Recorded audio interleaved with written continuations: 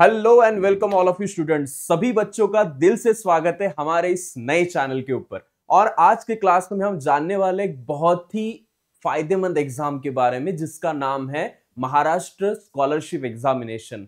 Fifth और eighth students के लिए, इस क्लास के स्टूडेंट्स के लिए एग्जाम ली जाती है और आगे चल के गवर्नमेंट का जो जीआर है उसके हिसाब से वो फिर से फोर्थ और सेवेंथ के लिए होगी, लेकिन अभी तक ये ऑफिशियली जो है हुआ नहीं है। तो आज हम जानेंगे कि आपको इसके अंदर क्या एलिजिबिलिटी क्राइटेरिया होगा, साथ ही साथ इसका सिलेबस का क्या होगा और इसके अंदर कितने क्वेश्चंस आपको कौन से सब्जेक्ट के आते हैं और आपको पास होने के लिए कितने मार्क्स चाहिए, सारी चीजें डिटेल में देखने वाले हैं। तो चलिए शुरू करते हैं। तो बच्चों, सबसे इंपॉर्टेंट बात जो है, इस एग्जाम को जो कंडक्ट करते हैं वो करते हैं एमएससी पुणे एंड महाडीबीटी। और ये दोनों जो संस्थाएं हैं ये रिगार्डिंग जो भी स्टूडेंट इकोनॉमिकली वीकर सेक्शन से आते हैं उनको हेल्प प्रायोरिटाइज करने के लिए है। इसके अंदर जो है रिजर्वेशन भी होता है, वो हम देखेंगे कैटेगरी वाइज। ये स्कूल लेवल एग्जाम है। फिफ्थ और एट्थ के जो मेरिट एंड सपोर्ट बच्चों को फाइनेंशियली जो इकोनॉमिकली वीकर है उनको देने के लिए ली जाती है। इसके अंदर आपको पोस्ट मैट्रिक स्कॉलरशिप, मतलब 10th क्लास के बाद जो स्कॉलरशिप है उसका भी एक हम बोल सकते हैं कवर है। एंड साथ ही साथ क्लास 11 से लेके हायर एजुकेशन के अंदर भी आपको इस स्कॉलरशिप का फायदा हो सकता है, लेकिन वो कैसे होगा वो इसके अंदर उन्होंने नहीं बोला है। तो हम 8th और 5th के बारे में पहले जानते हैं। उसके बाद इसका ऑब्जेक्टिव सीधा साधा है कि जो इकोनॉमिकली वीकर सेक्शन से बच्चे आते हैं, स्टूडेंट्स आते हैं, उनको फायदा हो। तो अब देखिए इस स्कॉलरशिप एग्जाम की टाइप्स क्या होती है। तो प्री अपर प्राइमरी जो एग्जाम है जो कि अभी क्लास 5th के लिए ली जाती है। प्राइमरी सेकेंडरी पीएसएच जो है तो क्लास 8 के लिए ली जाती है। और पोस्ट मैट्रिक जो है उसका आपको अभी से काम नहीं है, तो class 11 to post graduation level MahaDBT से इसका फायदा होता है। और ये एग्जाम एमएससी पुणे और post matric via direct benefit transfer मतलब डीबीटी के द्वारा, मतलब अगर आपको इस स्कॉलरशिप मिल जाती है तो आपको कहीं पे जाने की जरूरत नहीं, सीधे आपके बैंक अकाउंट के अंदर महाराष्ट्र सरकार पैसा भेजेगी। उसके साथ ही इसकी एलिजिबिलिटी क्या है, तो जो भी एग्जाम देने वाला है वो रेसिडेंट होना चाहिए महाराष्ट्र का। महाराष्ट्र के बाहर के बच्चे इस एग्जाम को नहीं दे सकते।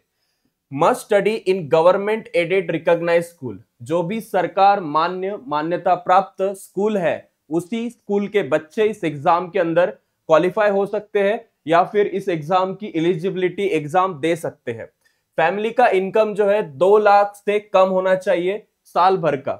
और जिनकी इकोनॉमिक कंडीशन ऐसी है कि जो 2 लाख एक साल में कमाते हैं, उससे कम कमाते हैं, वो सारे बच्चे इस एग्जाम के लिए जो है एलिजिबल होते हैं।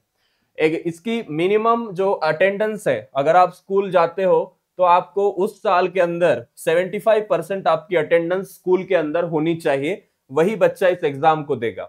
गुड एकेडमिक परफॉर्मेंस आपका होना चाहिए प्रीवियस क्लास के अंदर, उस बेस पे भी इसके अंदर आपका जो है चुनाव होता है या इस एग्जाम को आप दे सकते हो। मतलब आपका एक अच्छा स्कोर होना चाहिए स्कूल के अंदर।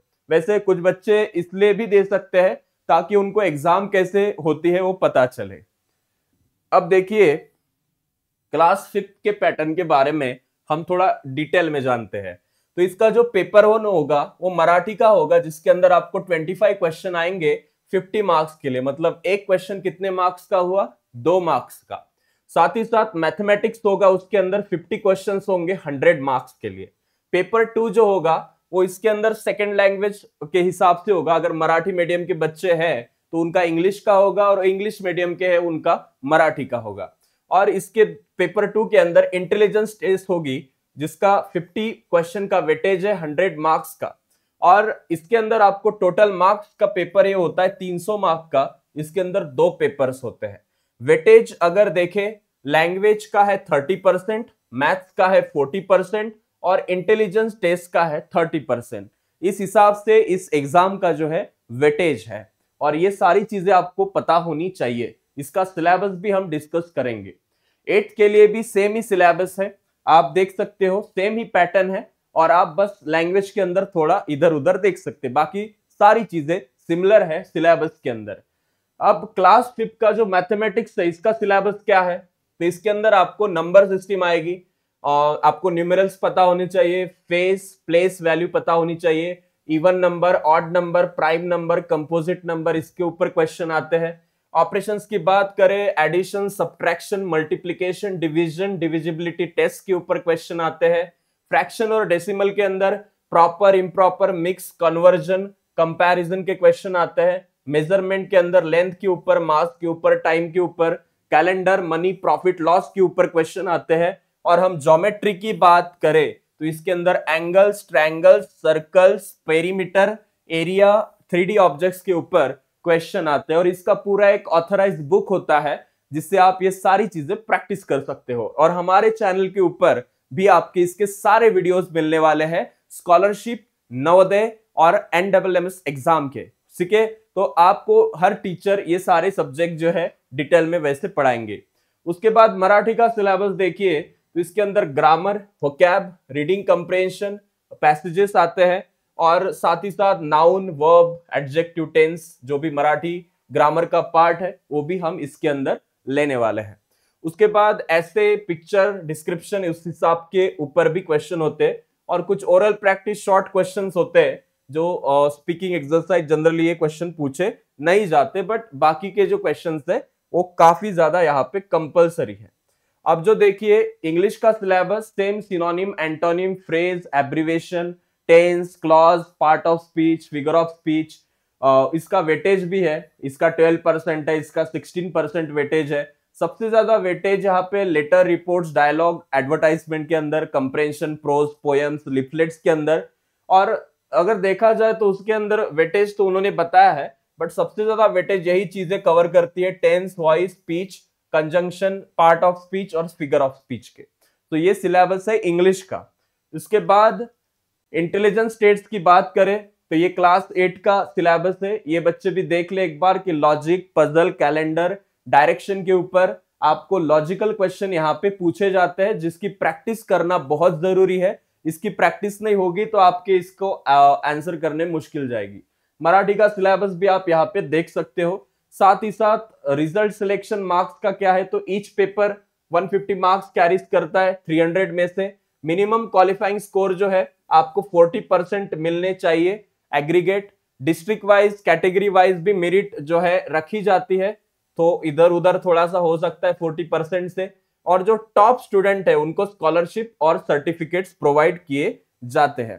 तो पोस्ट मैट्रिक स्कॉलरशिप महाडीबीटी के द्वारा जो दी जाती है और उनके अंदर 2.5 lakh to 8 lakh depending scheme के अनुसार इनकम की लिमिट होती है। किसी भी रेसिडेंट को जो एग्जाम देनी है मैट्रिक के बाद, उसका एक क्राइटेरिया है जिसकी आपको अभी से जरूरत नहीं है। हम 5th और 8th की बात कर रहे हैं। तो आपको इसके लिए क्या क्या लगेगा, तो आपको एग्जाम फॉर्म भरना है तो mscpune.in के ऊपर आप जा सकते हो, या फिर महाडीबीटी के वेबसाइट पोस्ट मैट्रिक के लिए, उसका आपको काम नहीं। आपको Aadhaar card, domicile, income, caste certificate, school benefit certificate, bank का जो पासबुक है, इनकी जरूरत पड़ने वाली है। फोटो, सिग्नेचर ऑनलाइन आपकी होनी चाहिए। जो नोडल ऑफिस जो होता है स्कूल होता है उसके द्वारा भी ये एग्जाम जो आपको ये सारी चीजें प्रोवाइड की जाएगी। आपको वहां पे बस फॉर्म भरना होगा। कुछ कुछ स्कूल के टीचर्स भी आपसे सीधा ही फॉर्म भर के लेते हैं, तो आपको ज्यादातर स्ट्रेस नहीं होता है फॉर्म भरने का। इम्प्लीमेंटेशन एग्जाम डिटेल का आपको कोई काम नहीं है क्योंकि ये सारी ऑफिशियल गवर्नमेंट रिकॉग्नाइज चीजें होती है। ठीक है, सो ये सब चीजें हमने इसके अंदर देखी। अगर आपको भी लगता है कि इन सारी एग्जाम्स की हमारी अच्छे से तैयारी हो तो इस चैनल को जरूर सब्सक्राइब कीजिए, क्योंकि इसी चैनल के ऊपर प्रवीण सर आपको मैथ्स का पार्ट पूरा पढ़ाने वाले हैं, साइंस का पार्ट पढ़ाएगी विधि मैम, और जो मराठी ग्रामर साथ ही साथ जो आपका इंटेलिजेंस टेस्ट होगा उसकी तैयारी मैं आपसे करवाने वाला हूं। तो आगे चल के जब ये हमारे क्लासेस आपके लिए लाइव होंगे तो आप तैयार होने चाहिए इन सभी चीजों के लिए। तो जल्दी से इस चैनल को लाइक, सब्सक्राइब और शेयर जरूर करें, और मिलते हैं अगली वीडियो के अंदर। तब तक के लिए thank you so much, have a great day.